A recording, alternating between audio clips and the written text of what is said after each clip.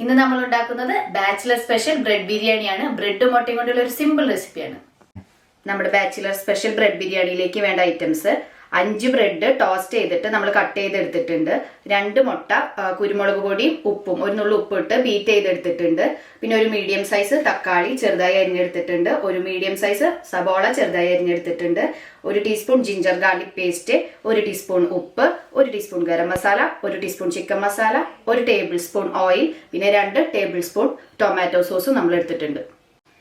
നമുക്ക് പാൻ ചൂടാക്കാനായിട്ട് ആദ്യം നമുക്ക് കുറച്ച് എടുത്തു വെച്ചിരിക്കുന്നതിന് കുറച്ച് ഓയിൽ ഒഴിച്ച് കൊടുക്കാം. മുട്ട കൊത്തി പൊരിച്ചെടുക്കാനാണ്. ആദ്യം നമ്മൾ മുട്ട കൊത്തി പൊരിച്ചെടുത്തിട്ട് മാറ്റി വെക്കണം.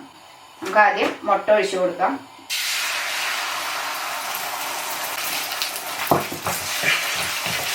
മുട്ട ഇപ്പം ആയിട്ടുണ്ട്. അപ്പോൾ നമുക്കൊരു പാത്രത്തിലേക്ക്, ഒരു ബൗളിലേക്ക് അത് മാറ്റി വെക്കാം. ആദ്യം മുട്ട മാറ്റിയതിന് ശേഷം നമുക്ക് ആ പാനിൽ തന്നെ ബാക്കിയുള്ള പ്രൊസീജിയേഴ്സ് ചെയ്യാവുന്നതാണ്.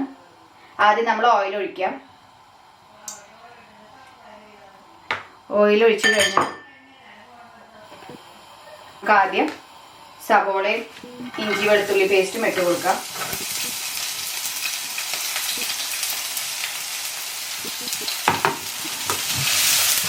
അതൊന്ന് ചെറുതായിട്ടൊന്ന് മൂത്ത് വരുമ്പോൾ, ഒന്ന് വാടി വരുമ്പോൾ തക്കാളി ഇടാം. നമ്മൾക്ക് ഈ ഒരു മീഡിയം ഫ്ലെയിമിലാണ് വെച്ചിട്ടുള്ളത്. ഇപ്പോൾ വാടി വന്നിട്ടുണ്ട്. എന്നിട്ട് നമുക്ക് ഇതിലേക്കുള്ള ചിക്കൻ മസാലയും ഗരം മസാലയും ഉപ്പും ചേർത്ത് കൊടുക്കാം.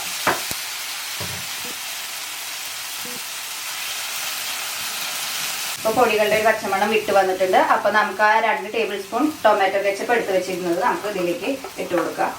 ഇതായി വഴറ്റി കൊടുക്കാം. അടുത്ത് നമുക്ക് ആ ക്രാമ്പിൾ ചെയ്ത് വെച്ച മുട്ട ഇതിലേക്ക് ഇട്ട് കൊടുക്കാം. ചെറുതായി മിക്സ് ചെയ്തതിന് ശേഷം നമുക്ക് എടുത്തു വെച്ചിരിക്കുന്ന നമ്മുടെ ബ്രെഡും, ടോസ്റ്റ് ചെയ്ത് വെച്ച ബ്രെഡും ഇതിലേക്ക് ഇട്ട് കൊടുക്കുന്നത്. നന്നായി മിക്സ് ചെയ്യാം. അപ്പൊ ഞാൻ തീ ലോ ഫ്ലെയിമിൽ ഇട്ടിട്ടുണ്ട്, കാരണം കരിഞ്ഞു പോകാണ്ടിരിക്കാനാണ്. നമുക്കിത് മിക്സ് ചെയ്യേ വേണ്ടോ, കാരണം ഇത് ഓൾറെഡി കുക്ക്ഡ് ഐറ്റംസ് ആണല്ലോ.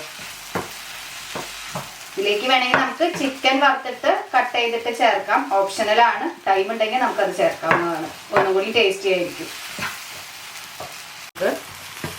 ഈ ഞാൻ ലോ ഫ്ലെയിമിലേ വെച്ചിട്ടുള്ളൂ കേട്ടോ.